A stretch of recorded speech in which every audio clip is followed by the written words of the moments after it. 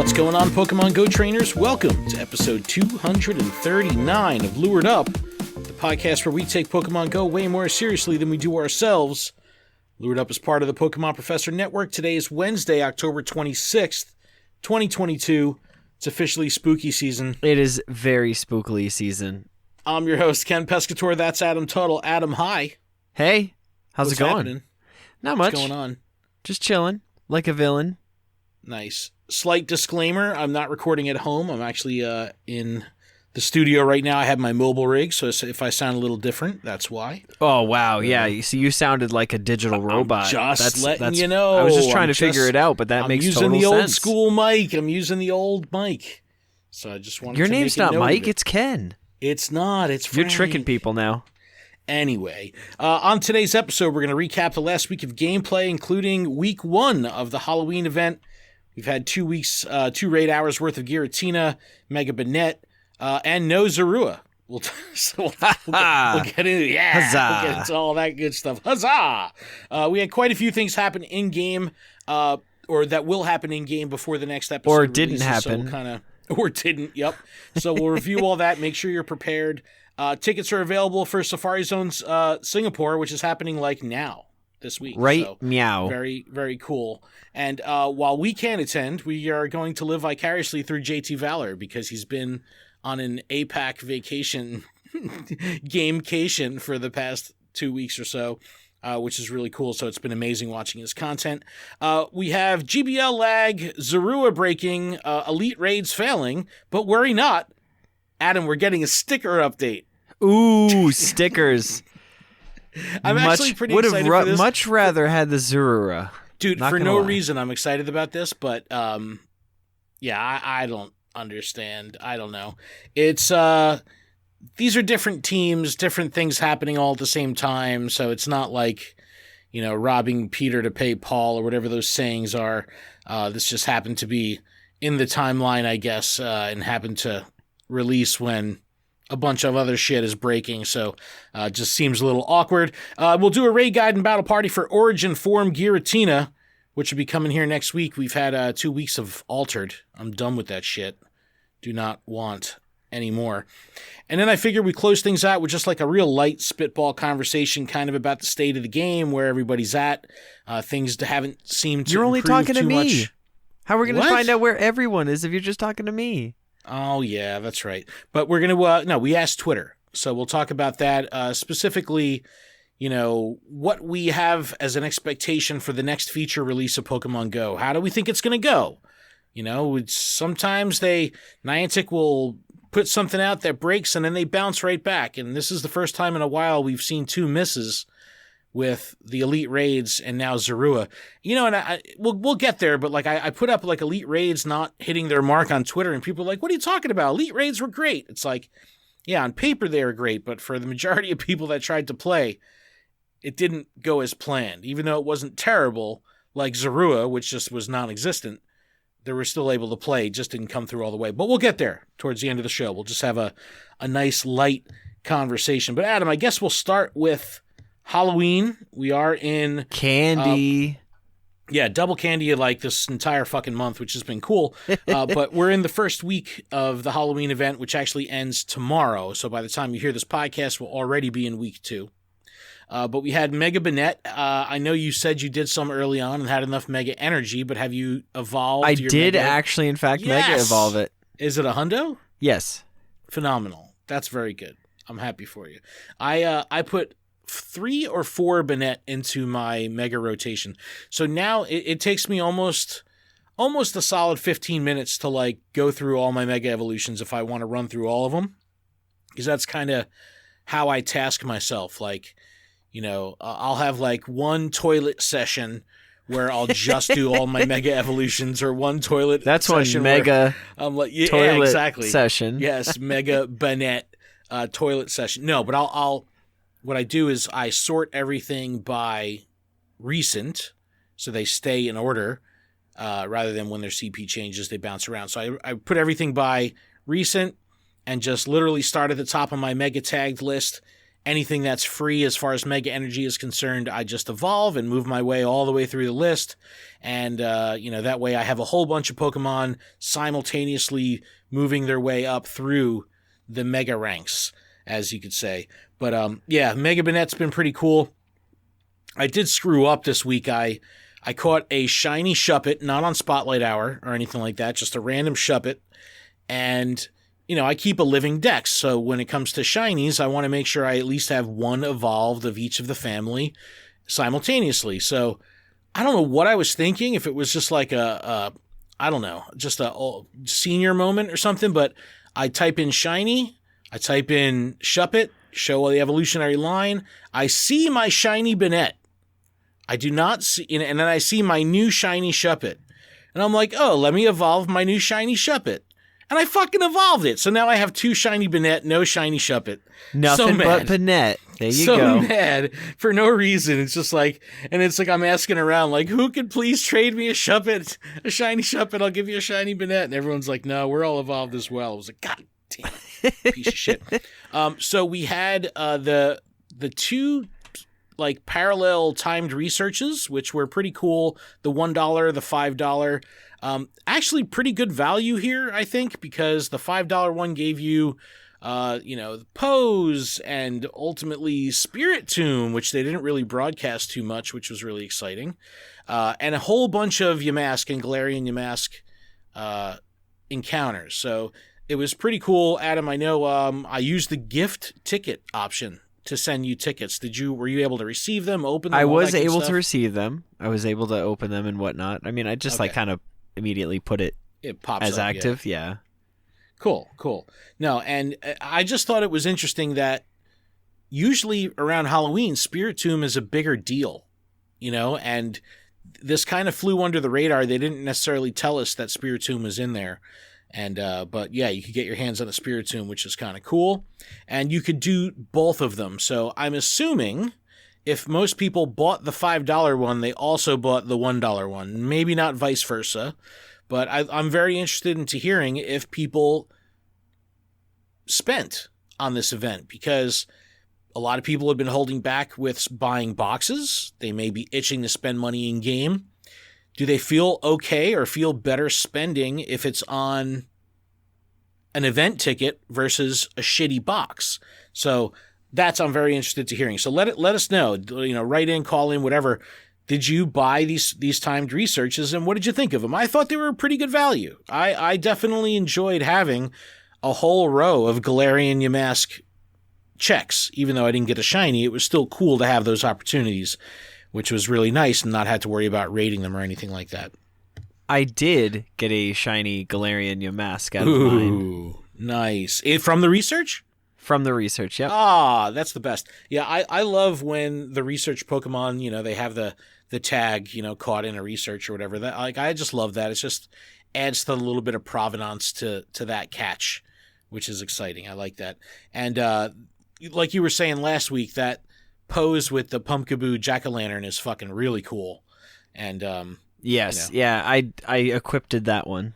Yeah, I have seen a good amount of people with it, so they bought it, they spent, so we'll have to see what they're really spending on. There was also a special research that was all about Yamask, Galarian Yamask. Again, they're touting the shiny Galarian Yamask through the special research. I did not get it, but I like having timed research, field research, special research, all kind of simultaneously going off, yeah, happening. especially when it's like catch a ghost type, but like they're all catch ghost types. It's just how many. Yeah, you could like double dip, triple dip. I like that. I like that. I want a quintuple dip. You know what I'm saying? I do know what you're saying. Now, for whatever reason, I enjoy seeing the little progress meter of research ticking away at the bottom when I make a catch. Like I remember on the road to level 50, excellent throws, the XP, whatever it was, like it was just cool getting that like little confirmation, because I fast catch everything. So I never really know if I'm catching it, you know what I mean? So it's always nice to have that little reminder down there. But yeah, I was same scenario. I'm like, oh shit, I have 3 different tabs worth of research, all asking me to catch ghost Pokemon. That's a efficient use of catch time. So I definitely like that. What else do we have? The egg pool, and I thought people were really going to be shitty about this, about having shiny Noibat behind the egg wall. And it seemed like the people that were into breeding, the actual people that normally hatch eggs, still went after this thing without too much of a gripe. But I was on single incubator grind this whole time. I'm constantly forgetting that, like, if I hatch an egg, to not spin the next stop and get a fucking 5K or something in the way. So I've only done a couple 7K eggs total during this thing. I'm not too concerned about targeting I will it, not lie. I will say the first egg that I hatched on my single incubator was a Noibat. And then the several after, I would say it's pretty much an even split of what I get, but it's a lot more Noibat than anything else. Yeah, we've seen this before in the blog where they'll show kind of all the Pokemon in the same like rarity tier, and then it never ends up being that balanced in practice, like when you actually hatch the eggs. But this time around, like, and again, I live vicariously for hatching through like JT Valor videos because he hatches. Yeah, so many watching damn one eggs. of his, I was like, "This is the reason why I'm about to buy a box." I was like, "Oh shit, another Noibat." I'm like, "Oh, these are good odds." But I because the boxes are kind of poop, I'm just not even going there. I'll spend my money on, the remote passes and just hold out. We were all holding out for the Halloween, like the great Halloween boxes, because we had such amazing boxes in 21. The great pumpkin box. That's what we're all waiting for. Like 20 plus passes or 20 plus incubators, and it's like, yeah, we're nowhere fucking close. But it is good that people that were hatching were into it, because the odds for at least hatching the Noibat were good. Shiny's another thing, but the actual rate of Noibat was good. Wild encounters, all the usual ghost suspects. It was kind of cool to see Dusclops in the wild, even though it can't be shiny. And Absol in the wild is another one I'm always going after. Those are really cool. I randomly just caught a shiny Hoot like 5 minutes ago. So that was fun. Not part of the 5 event. minutes ago, we were recording, and you didn't freak out? I was here 10 minutes ago. It was as I was walking into the studio. I see. And of course, the Phantom Punkaboos and all that shit can't be shiny yet. Have to wait till the second half of the event for the shiny pumpkins. But it is still cool stocking up on them, seeing the different sizes. That mechanic is really cool. I'm all down with that. The avatar update for the mummy zombie walk kind of pose. That's cool. I've seen a ton of people with that. It's always like, it's like a thing when after Christmas ends and you have that one neighbor that keeps his Christmas lights on till like February. It's like, how long will people keep this fucking zombie walk going after Halloween? It's like, I hope it just stays. It'll be like you with Delibird all year long. Yeah, Christmas in It's July, dude, Christmas it's 100 in degrees January. out. Why are you wearing mittens and a Scully? But that was really cool. Both parts of the decor. Let's talk about this. So the actual map, we're starting to not only have the Halloween aesthetic, right? Seeing the orange stops, seeing like the little, I call them the Mr. Hanky doo-doo stains. Like, when Mr. Hanky kind of like jumps around and everything he lands on, he leaves a little doo-doo stain behind. That's kind of what the leaves look like on the ground of the map, the overworld. I was like, this got doo-doo all over it. But it was awesome seeing the overworld kind of done up like this. I would like to see them run with this, take it even further. Like when you go into an encounter screen, those kind of the color palette follows. That's what I'm really missing, cool. because again, this whole game is about immersion, and if they want you to feel like you're in the real world, like you just updated the map but not the catch screen, it just feels weird. Yeah, it takes you out a little bit. Yeah, because you're like, oh wow, it's kind of spooky and like dark, swampy like, and then you go into the battle screen, it's just a bright green grass. The same shit for 6 years. But it's I'm assuming I will make an ass out of you and me by saying that the response from the community has been overwhelmingly positive for the map. So I would imagine that they would put more resources towards this because people really enjoyed it. Because Christmas comes around, they could put little gifts around the base of the Pokestops. Yeah, but it's kind of distracting because it looks like a pumpkin, like a Pokemon. Yeah, it looks like a Pokemon. Something I want to click. Yeah, I've done that with some of the doo-doo stains on the map. I think they're like because I zoom all the way out, so it's like I'm like, oh, is that a Pumpkaboo? And then it's like, oh no, it's just the doo-doo stain. Lavender Town music. I listened to it for about 2 seconds, but I do have a change in my audio gameplay. Your audio escapades. Listen, I've exclusively gone to playing still no music, but I play with the first notch of the sound effects on. So that way when I'm listening to podcasts or I'm listening to music and I'm playing the game, I still get some feedback from the game. I still get the sound effects. So I'm still able to hear all their cries, which I've missed out on the last 4 or 5 generations worth of Pokemon that they've released. I haven't heard their fucking cries in the game because I've always been on mute. So it's really cool hearing all the newer Pokemon that have been released, what they sound like. So you just want to hear the world cry. I do. It's really cool. And, I just can't do it with the music because I'm coming from the map screen to the catch screen so frequently and so fast. Just hearing the first 2.5, 3 seconds of each of those themes back and forth, overworld, catch screen, overworld, catch screen, I can't do it. If they had a consistent music throughout both screens, I would let the shit ride. I would leave it on, but I can't do it going back and forth. But I did, of course, just to pay some tribute, listen to the Lavender Town music because it is really cool. Like we said earlier, we've got tons of candy going on, double candy for catching, hatching, and transferring. Just get rid of your legendaries. Don't hold them. Typically it's something I like to do. I purge every time there's a double candy spotlight hour or something like that. But you have this whole time to do this, so just get rid of all your legendaries. You might as well stock up on the candy now. Giratina Altered Form was in Raid Hour last Wednesday and today, and will be here until tomorrow. It knows the Shadow Force charged attack, which, from what I understand, is not great. And not great meaning they couldn't make it too powerful because Giratina was such a force in GBL that if they made this thing have an ultra high power or a low cost, that it would be too OP. So they've balanced this move really well, but I don't think it has necessarily the impact to make a big difference in the game. But it is cool because it's a signature move. I was playing with Scipio today, and part of his style of gameplay is he likes to collect Pokemon with their signature moves. So he's like, you best believe I'm going to be going after Origin Forme because I want it with the signature move. So I thought that was a cool little, direction to play in and reason to motivate yourself, which was cool. Raids. I've done no 3-star raids. Gengar, Umbreon, Drifblim, Drapion. I'll pass on all of them. But I have done plenty of Giratina. Now, after not getting the fucking shiny Xerneas and doing a million of those, I already had the Altered Form Giratina, 2 shinies in the bag.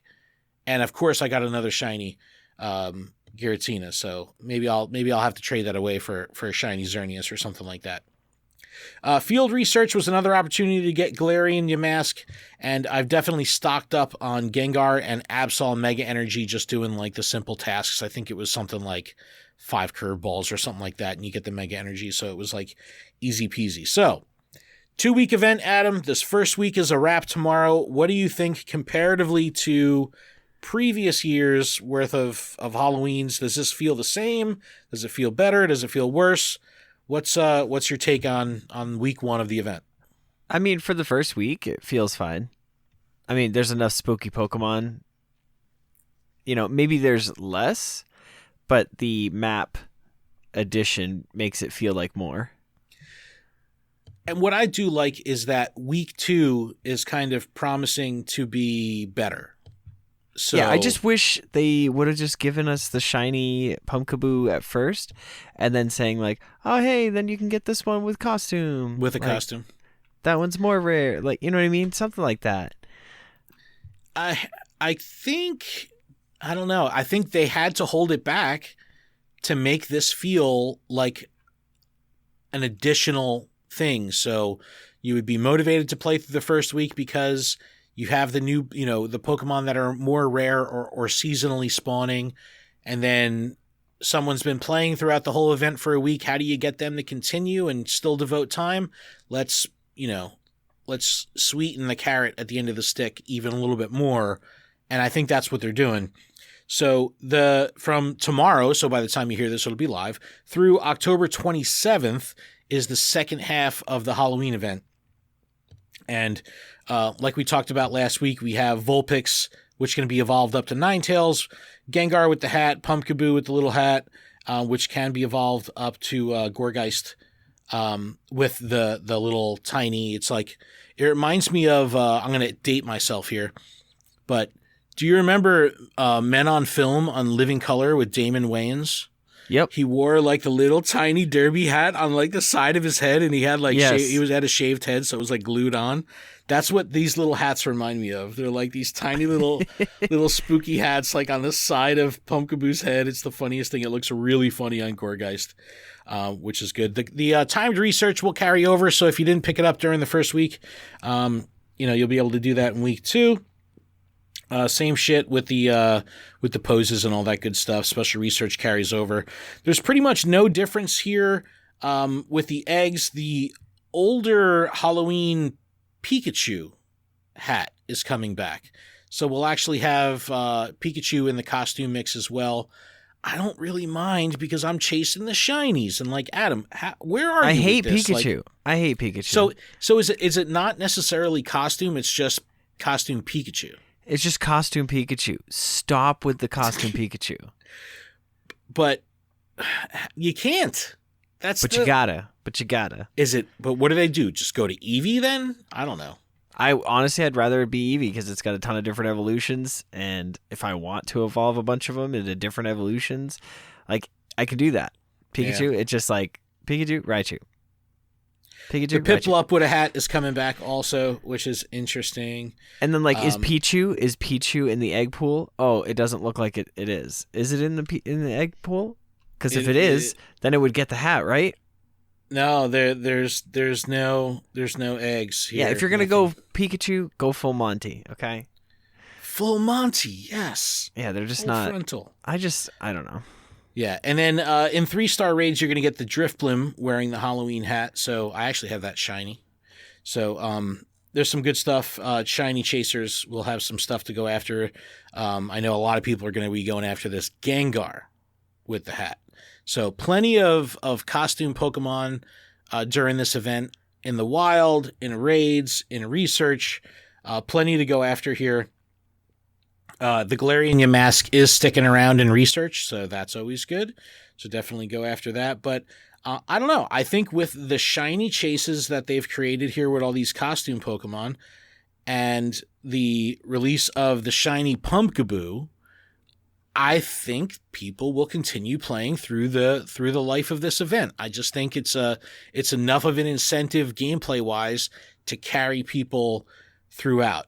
You have all this stuff going on, and you have Origin Forme Giratina. I don't know. I think it's a strong event. I think this one is going to be really good. I think it's going to be a solid week of playing. I don't know. What do you think? I'm really looking forward to this event. Okay. Cool. Just because there's a bunch of shinies. That's all that matters. It's costume. I hope you get the costume Pikachu. Are you even going to click on any of the Pikachu? I swear to God. Are you going to click on any of them? This is one from last year, correct? This is the Pikachu one? Yeah, the Pikachu is from last year. Yeah, then I probably won't click it. All right, I guess the elephant in the room here that we have to talk about is Shuppet Spotlight Hour, which was supposed to have a Zorua surprise where you would see Zorua spawning for the first 5 minutes of Spotlight, the last 5 minutes of Spotlight. We saw some additional found footage promotional videos come out where they showed a bunch of Zubat or a bunch of Magikarp and a Poffin. We're like, what is going on here? What is the relevance here? So it turned out functionality of it was whatever Pokemon you had as your buddy, as long as your buddy was out with you on the map during the first 5 and last 5 of Spotlight Hour, Zorua would spawn, but disguised as your buddy. So if you had a shiny Mewtwo as your buddy, you would see a map filled with shiny Mewtwo's. It looked really cool for those that were able to experience it. We all know that New Zealand and, that part of APAC is the guinea pigs, right?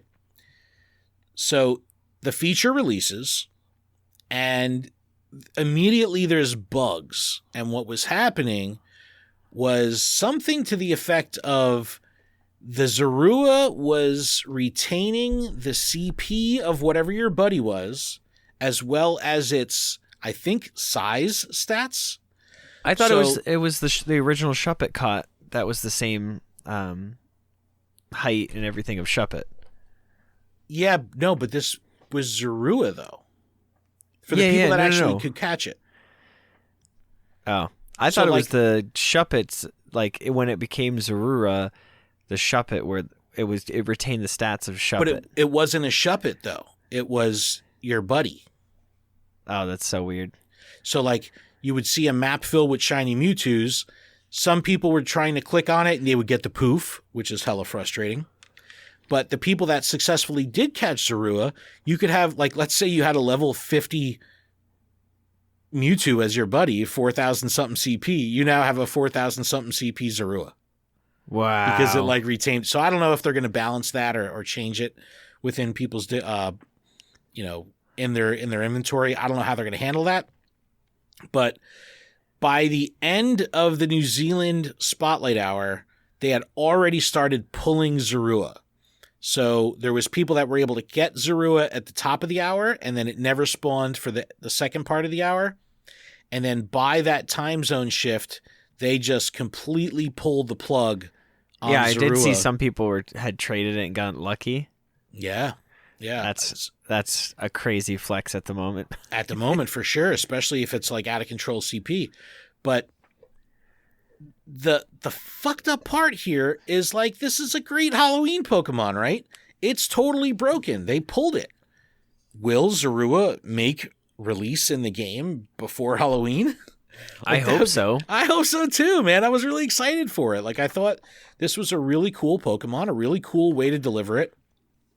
And, I really feel for the Niantic team, because I know they were, like, all hands on deck scrambling, trying to get this shit right.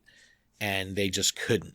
And it's very disappointing. Niantic Cat strikes again. Dude, Niantic Cat was fucking tap dancing on the computer. The Team Rocket has infiltrated, and Meowth is the cat's name.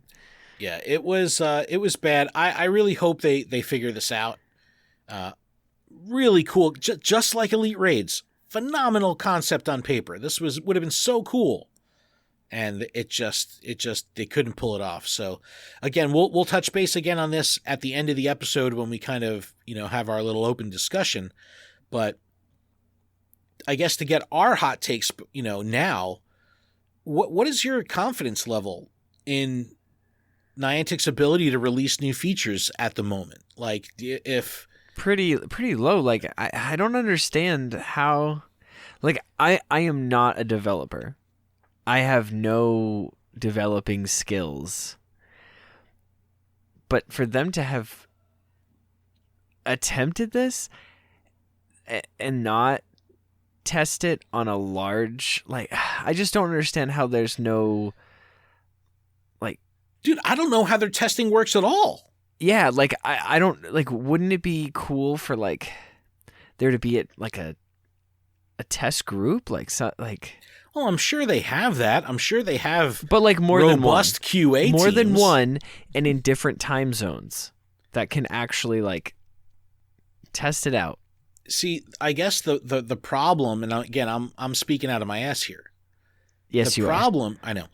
The problem is, do you have any Banaka? The problem is that you could test this till you're fucking blue in the face, but you're never going to be able to mimic the server load, the concurrent user count, like this live service game.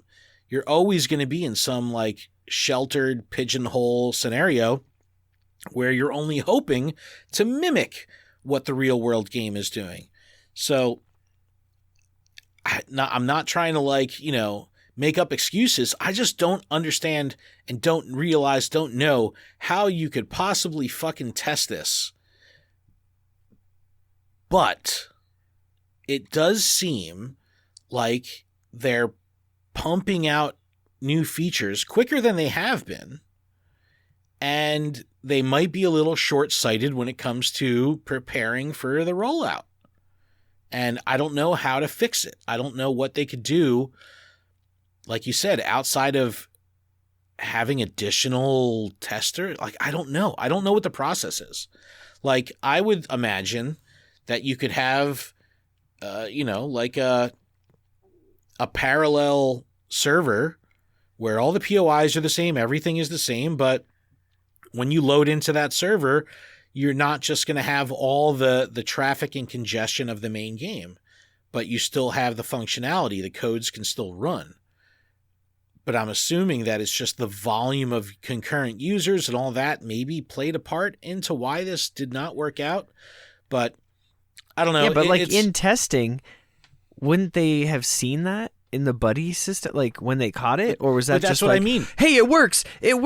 We did the thing and it works, without actually looking into it. No, I'm sure it worked. I'm sure it worked in their tests. I can't imagine them. And I'd hate to say that they would do this, but I can't imagine them testing something the day before launch and being like, oh shit, it's broken, and then still releasing it. There's no way. It had to have worked. It's the only thing I could think of. It had to have worked. But who knows? But yeah, my confidence is really low when it comes to new feature releases right now. I don't know what could possibly be next. Again, elite raids. Yeah, because we just had elite raids, and then the people that saw cool spawns touched them, and they disappeared. Or they got no spawns at all, like me. Yeah, so a letdown followed up by another letdown. Like, it just feels really bad. That's where I'm at too. And it's like, I want to be cautiously optimistic. I want to have faith in what they can do. But what makes both of these things interesting is elite raids are just a small variation to an existing mechanic. It's a small variation to raids that are already tried and true. The release of Zorua was a small variation to Spotlight Hour, to an event like the Unknown takeovers for GoFest. Like, ditto mechanic. Like, these are all things that are just small adaptations of things that are already existing. So what does that mean if they're going to release like something brand new? You know what I mean? That isn't based on an existing mechanic. Yeah. I don't know. Not a lot of confidence. I just hope that they learn from this and are able to take away like, hey, we need to be a little bit more patient with the rollout. And I don't know. I don't know how you do that. I don't know how you do that and maintain longevity in this game and maintain player loyalty in this game and maintain daily active users, because you need these new features. You need this new shit to keep people engaged. But I can tell you what, if they continue to release shit that's broken, you're going to have more and more people just losing faith in the game and prioritizing having that feeling of FOMO or deprioritizing like, oh, I got to do this because it's a new feature. Like, you just won't have that from people because they just don't have faith. Yep. Interesting stuff. All right, let's move over to, I guess we could talk about Dia de Muertos. This is the next event. It's going to be our first event in November. So as soon as the week 2 of Halloween wraps up, we have this very small windowed event here, Dia de Muertos, which is going to be running the 1st and the 2nd, a Tuesday and a Wednesday. Right out of the gate, what do you think of this not being a weekend event? A 2-day event, but not on the weekend. I don't think they've ever done a midweek event like this, where it's sandwiched in the middle of a week. Maybe I'm mistaken, but I'm sure we have. It's just been a while. But yeah. I don't know. It says in the copy here, in an ancient Aztec tradition, it was said that the spirits of our loved ones never go away, but simply travel to a different world. And during a special time each year, they would return to our world. Ever since, people that celebrate Dia de Muertos get ready for this occasion, setting the table with their favorite dishes of their ancestors, covering the streets with petals of the cempasúchil flower, and lighting candles of incense to enjoy a joyful celebration full of colors, music, flowers, and flavors. So really cool actual learning opportunity here. And I remember the first time they did this event, it was really cool because a lot of people got turned on to this for the first time, and it had a cultural learning significance. It was cool. Then the movie Coco comes out or whatever, and it's like, oh yeah, Dia de Muertos, I know that. But like I said, I've seen that before. This fucking movie is phenomenal, dude. Cried my ass off. Dia de Muertos, November 1st to November 2nd, Tuesday to Wednesday, 10 a.m. to 8 p.m. local time. That whole thing. But we have additional costume Pokemon. This time, the Duskull line. So the Duskull can be shiny in the wild. You can evolve it up to Dusclops, Dusknoir, all that good stuff.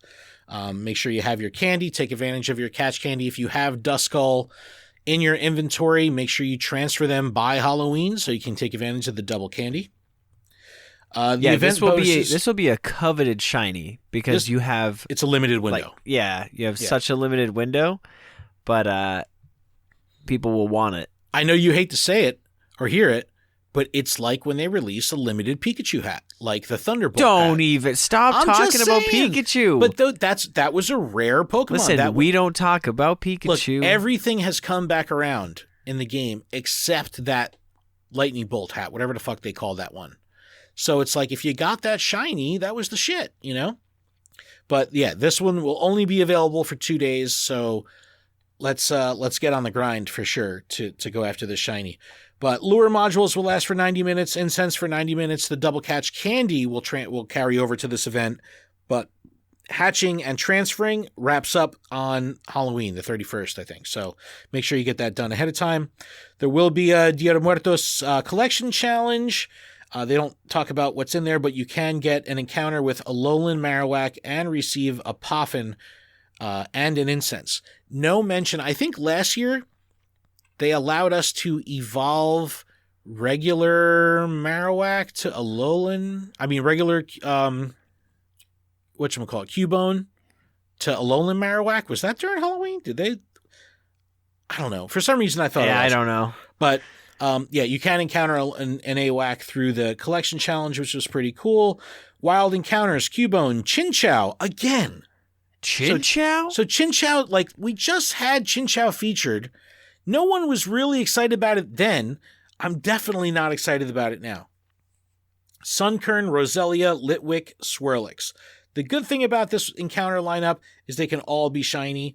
And the exciting part for me is the if you're luckies will be Duskull. So just go after the fucking Duskull. This is do or die for that shiny for sure. Right? I want to see JT's video for this. Yeah. The last event we had incense exclusive spawns. So you had your normal wild encounters and you had your wild encounters that were attracted to incense. They're doing something a little different here, which I think is pretty cool. You have a separate spawn pool that's not only attracted to incense, but also attracted to lures. So, I don't have an incense on me, but you have a lure. You could drop the lure, and I could benefit from those spawns, even though I'm not running the incense. So I thought that was pretty cool. It's a cool way to kind of team up with your friends. Make sure you're taking advantage of the lures. Let your friends know, hey, I'm going to be dropping a lure if you want a chance to come, get these rare spawns. Get the shiny. Just kidding. If you're lucky, you might get one that spawns. Well, Duskull and Houndoom are the if you're luckies from incense and lures. So that's pretty cool, man. Houndoom, shiny in the wild? Fuck yeah, I'll take that shit all day long. Field research, Cubone, Roselia, Litwick, Houndoom, Duskull again. And Duskull will be in 1-star raids. I don't know if anyone's going to be really doing that. And Drudagon returning to 3-star raids during this window. I am good on the Drudagon raids. Do not need it. I still don't have the shiny. Really? I've traded Yeah. away multiple Trigon shinies because I had so many of them. I had really good luck with that. And Mega Banette also carrying over into this. And you can get the really cool t-shirt that they had for Dia de Muertos last year is back. And also really cool avatar face paint of the Sugar Skull, which looks really, really, really cool. So short-ass event, really cool, midweek, a little bit different. The early feedback I've been getting on this event is like, hey, I work all day Tuesday and Wednesday. When do you expect me to play? It's like, that's... Oh, yeah. But that's not their fault. I know, but that's kind of the premise is you gotta, if you want it, you gotta work for it. But the question is, will the Duskull spawn with the costume? And if we click it, will it go poof and disappear? Will it poof away? Only the ones from Incense and Lures. Those you won't be able to catch. That'd be so frustrating. Oh, God. No, but it's... don't get my hopes up. You know, we've talked about plenty on this show how this game isn't difficult, right? There's nothing hard in this game. The PvP is hard, but only because I'm playing against another person that has skill, right? There's nothing inherent in the game. Like, you know, there's been some challenging, you know, team leader battles, rocket battles. You know, I had Cliff. I know, I brought it up myself, beat my ass a couple times. But like outside of that, there hasn't been a real challenge. So they have to create these, I don't want to say artificial, but abstract ways to make the game difficult. And how do they do that? Yeah, put a fucking event right in the middle of the work week so people have trouble playing. And it's like, look, it goes all night long, and you know, it's not like it's a limited time thing, you know, all night. You've got an hour, you know, take your dog for a walk at 11 o'clock at night. That's when you can play. If you want to be the very That's best, when you can play. That's when you can listen to the podcast. That's right. Everybody walk their dog at 11 o'clock on Tuesday night, listen to the show, and catch some fucking Duskull. That's what you got to do. But this looks pretty promising. And when you look at this week coming up, going straight through to November 2nd, it's pretty strong, man. I think that this is going to be a good opportunity for our memories to be washed away of the shittiness of Elite Raids and the Zorua launch, because we have a nice event lineup for the next 12 days, you know, or whatever it is.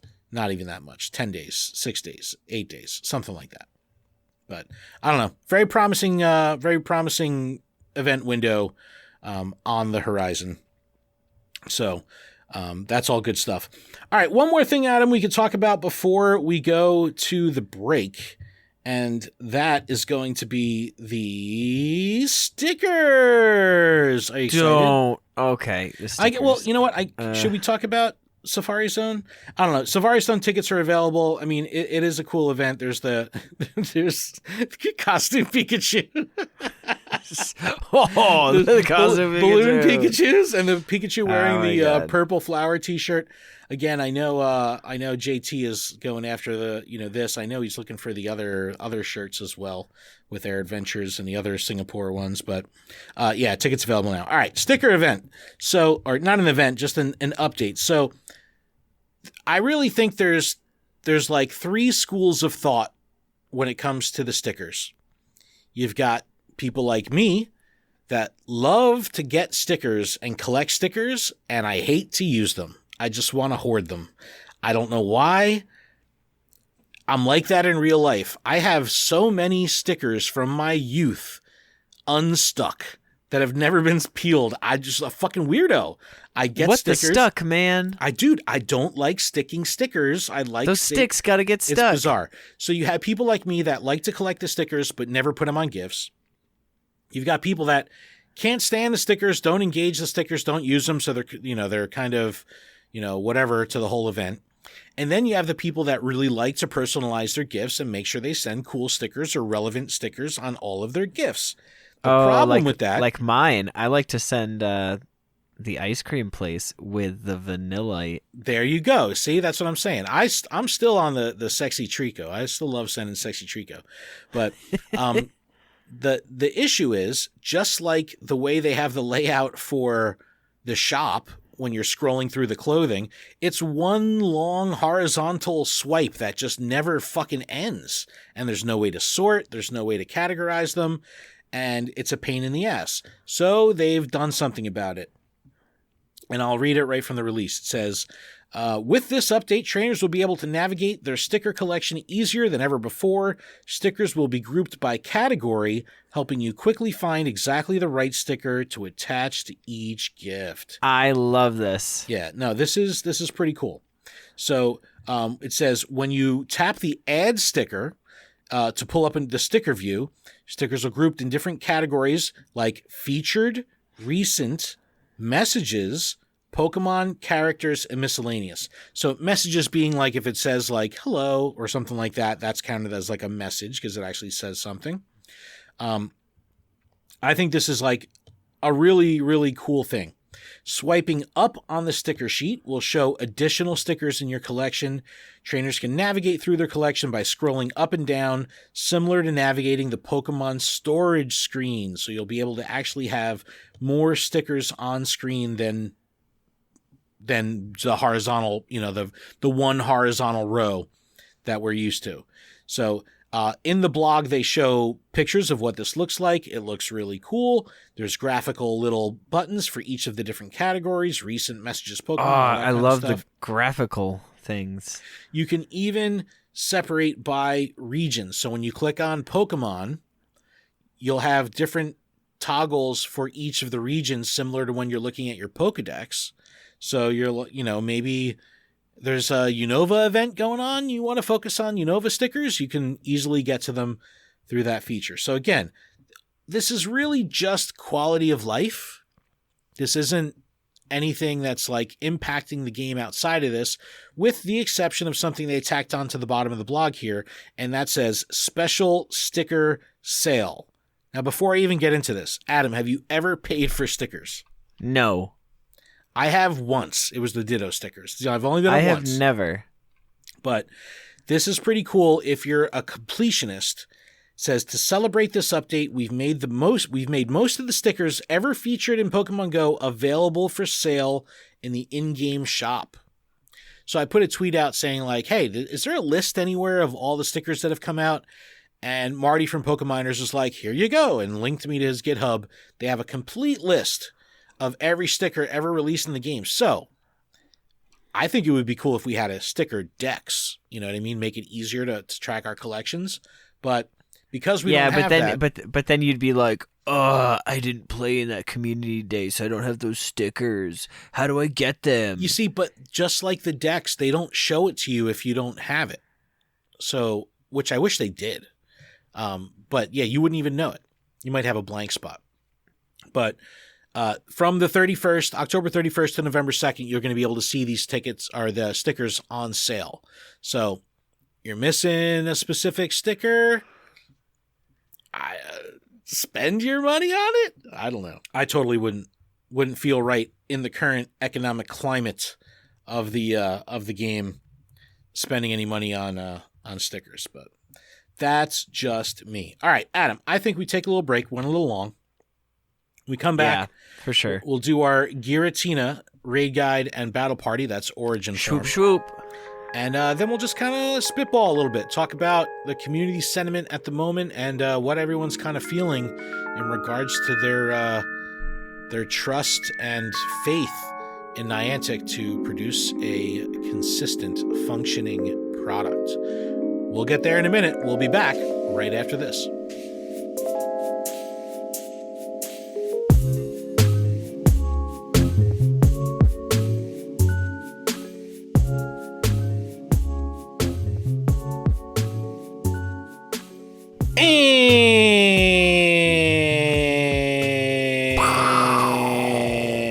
Yeah, that was the explosion of the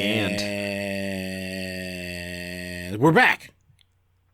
Thank you so much for that. I'm fully hydrated. Appreciate it. All right, let's go through a little housekeeping really quick before the ass of the show. This podcast is powered by Patreon. You can check ours out over at patreon.com/Pokemon Professor, where you can support this show for as little as $1 a month.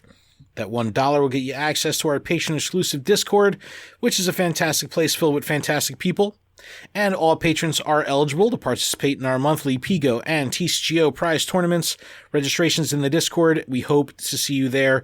Shout out to Who's Your Dada for winning our October costume party tournament, which we had. Listen, that was a lot of fun. It was a lot of fun. Adam, you won your last round. You did it. Yeah, I went 2-2. I lost every single one. I saw that. You were like in the last place. Dead fucking last. I was the only one that didn't have a single point on the board. You know what, man? I didn't use any TMs. I didn't power up any Pokemon. I was like... I went down to 0 dust doing it. I'm in for the fun, man. I'm in for the lols. That's what I'm in for. Huge thanks to our gym leader patrons, Absolutely Ryan, Austin Zard, Hulda Counselor, Grant, Jamal, Mythical Hitch, Sue, the Cole, Tish, and Big Zom Minus. Special thanks to our newest patron, Briggs, for joining at the show supporter tier this week. And, of course, much love and special thanks to our executive producer, Paul Bott. Make sure you check out PokemonProfessor.com for links to everywhere you can connect with us, grab some merch, and leave us some reviews. New merch store coming soon over the next week or two. We will have a brand new, shiny, fresh merch store with new designs and all that stuff. Will there be like shiny designs? Okay. Maybe there'll be shiny designs. But we're excited to add a Wayfarer category. So our Way Spotters. We'll have Way Spotters merch up there as well, which is going to be really cool for the first time. All right, let's get into our little battle party here, Adam. You know what to do. Battle party. Ooh, ooh, battle party. Ooh, ooh. All right, we got Giratina Origin Forme this time around. We've had 2 weeks of Altered, and we're pretty much all good and done on that. It's just like its brother. It is a Ghost Dragon type Pokemon. It's weak to Ghost, Ice, Dragon, Dark, and Fairy Pokemon. Plenty of weaknesses here. Dragon Tail, Dragon Pulse, probably the toughest moveset. If you bring dragons and it has that moveset, you will get murked. One-shotted, just like it will wreck shop. The CP is 41,776, 41,776. 100% catch at level 20, 2,105, 2,105. And boosted 2631 in fog or windy. So 2,105, 2631. All right, we're going to be looking at Poke Battler for our counters. We're going to keep all the filters turned on, Mega, Shadow, all that stuff. Lots and lots and lots of Shadow Pokemon are in this counter list. Number 1 overall counter, Mega Gengar, Shadow Claw, Shadow Ball. You know I'll be bringing that. Shadow Dragonite, which is a really cool flex. Shadow Salamence, Shadow Weavile, rounding out the top 4. Some not so common Shadow Pokemon. Mega Houndour, Mega Latios also in there. Shadow Latios. And then a name that we haven't talked about in a while, and I wouldn't be surprised if we started to see this or maybe saw this coming back soon. Rayquaza. It's been a while. Rayquaza. Been a while, right? We haven't. Yeah, because don't they normally do it around summertime? It's like, and we didn't get it? Yeah, we didn't get it this year. Usually we got Palkia Dialga? Yeah, like once a year kind of thing. Rayquaza's in there. Of course, spec that with Dragon. Just, be careful for them Dragon moves. Shadow Tyranitar, Shadow Mamoswine's in there. Mega Absol, Mega Latios. But let's turn off. Again, the cool thing about Poke Battler is you could turn off and filter away from Megas and Shadow. So let's take away Shadow. Let's take away Megas. See what we're left with. What we're left with here is Rayquaza, Salamence, Hydreigon, Palkia, Darkrai, Haxorus, Dialga, Garchomp. So yeah, a lot of, the dragons are up top. The problem here is if it has dragon moves, you're going to be burning through them. So if for whatever reason you're short on revives, go easy on the dragons. Go easy on the dragons if it has dragon moves.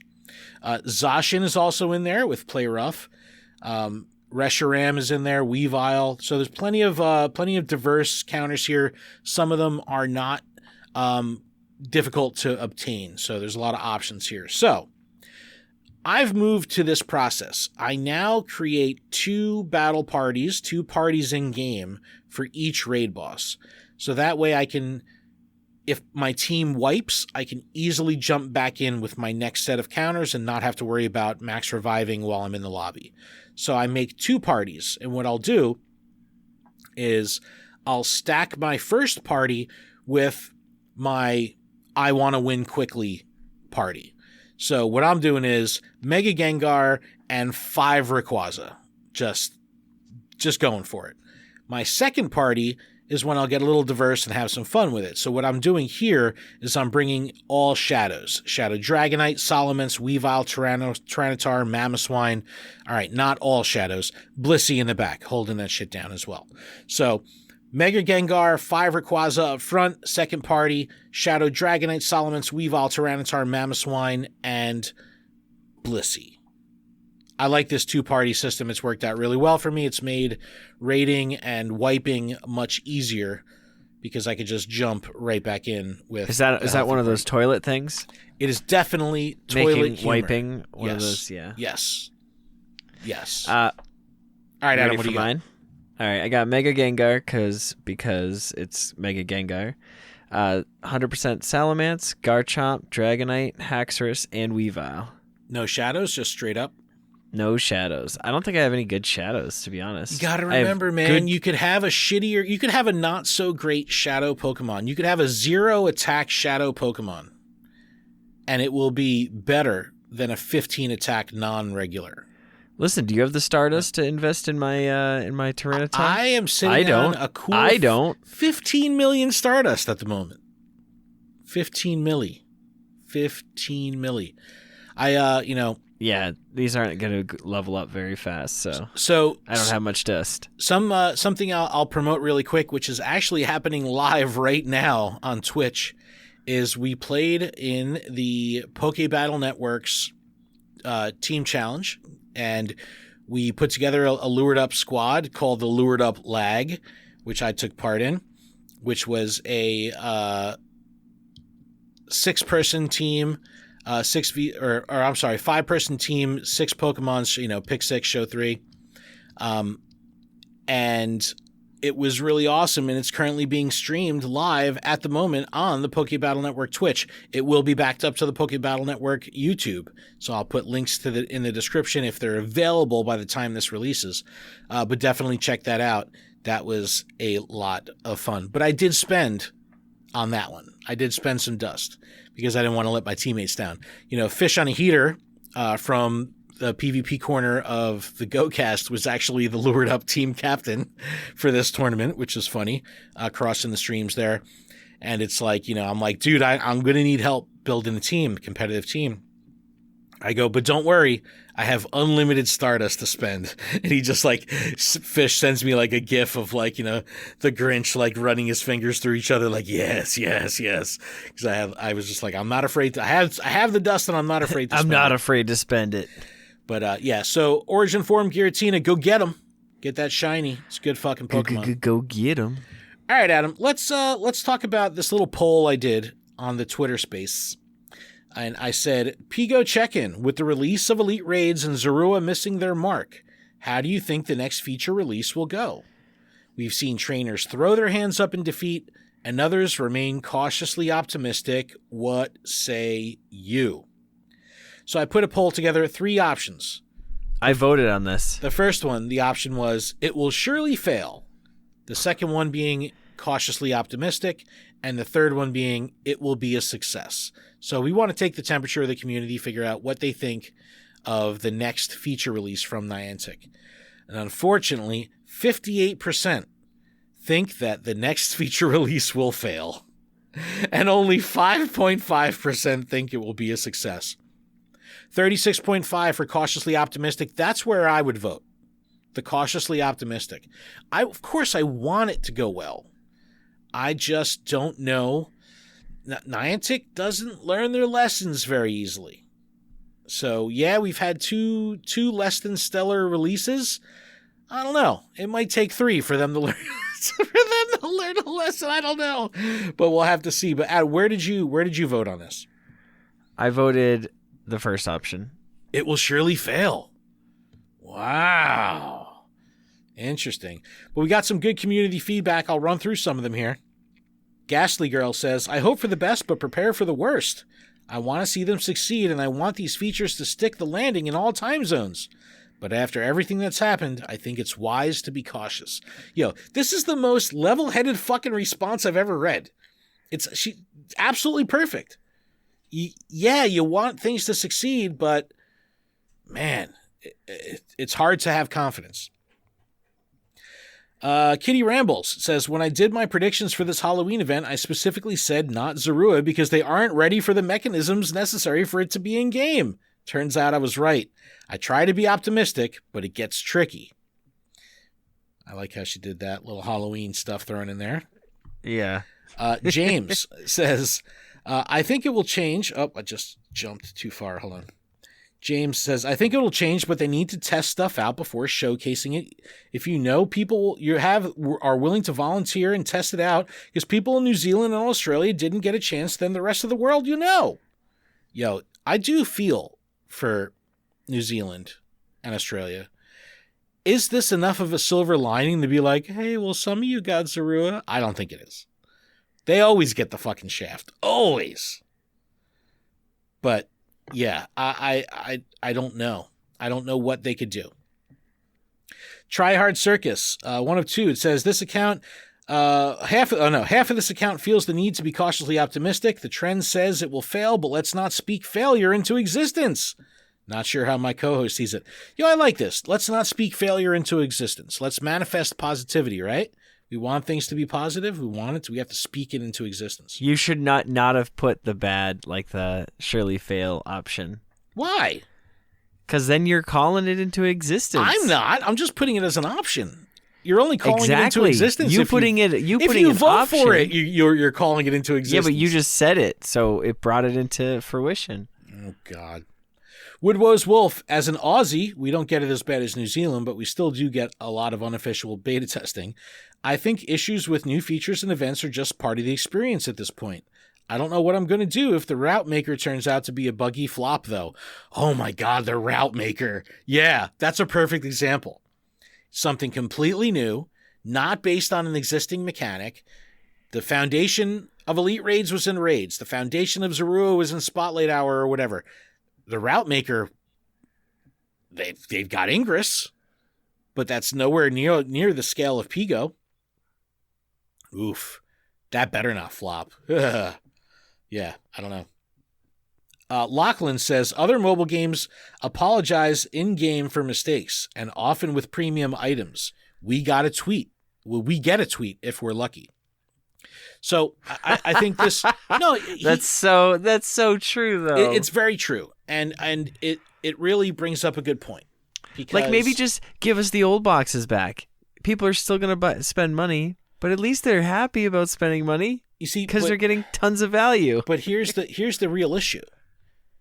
It's such a small amount of the player base, that actually uses Twitter. So that's part of the problem, in my opinion, is not only do you have to be on Twitter, but you have to just check it. You could have a Twitter account and still never see it.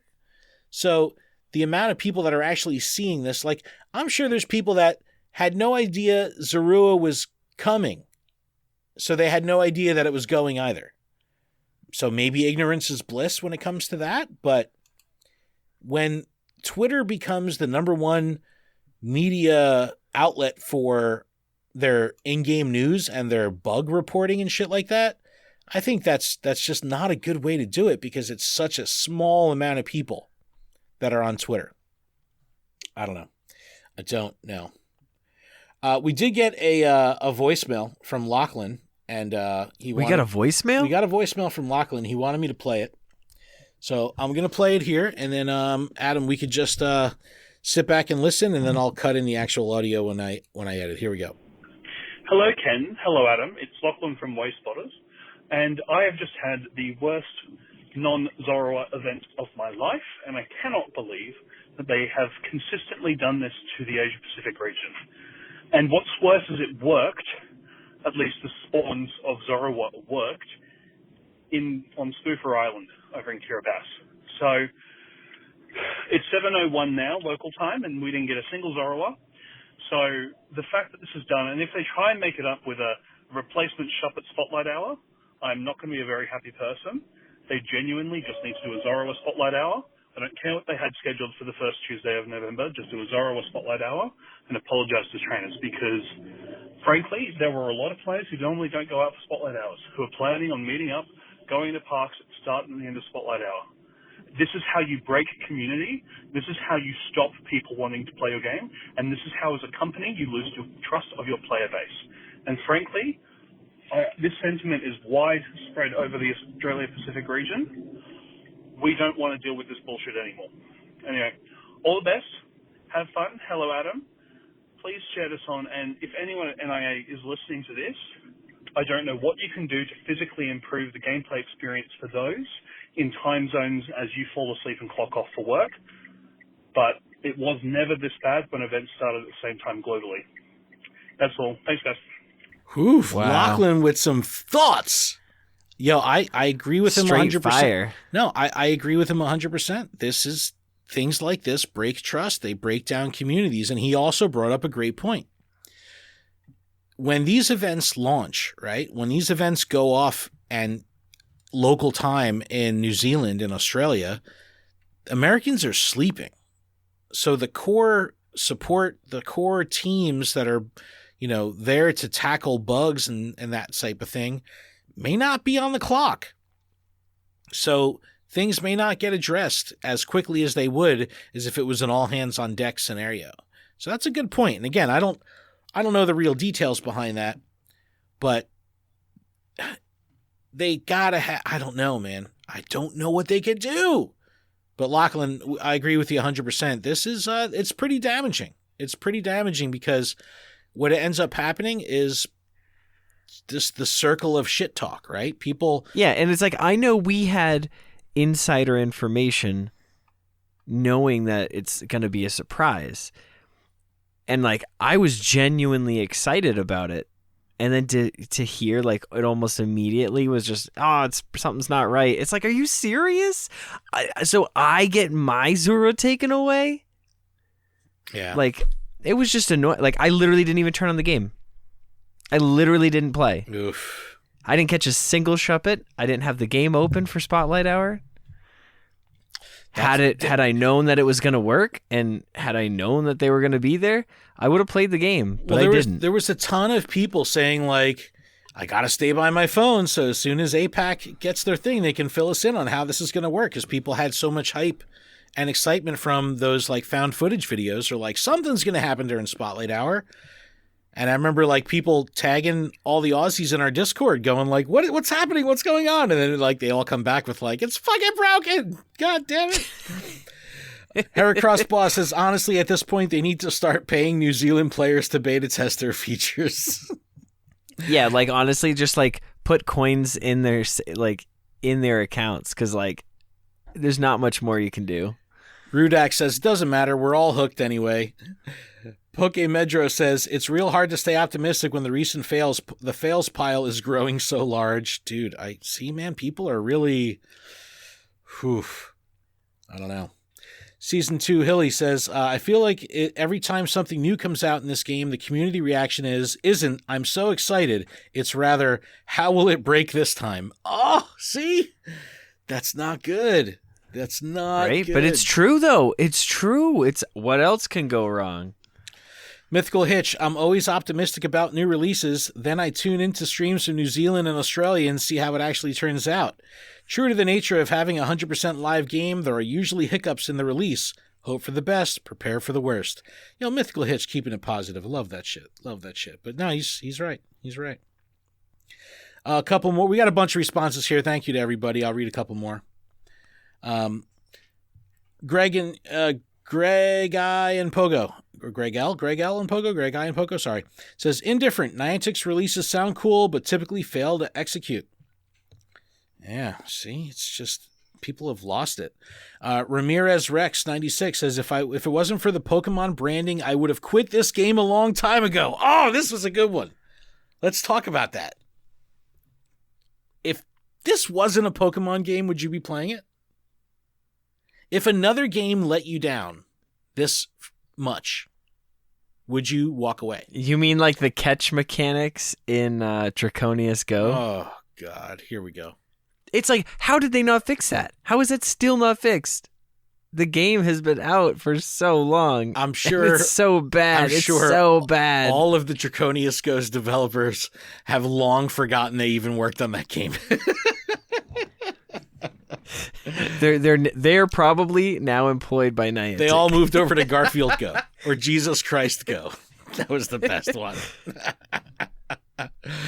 Oh, but please follow up with us. Let us know how you feel about this whole conundrum. How do you feel about the state of the game? How do you feel about Niantic? How do you feel about the next feature release?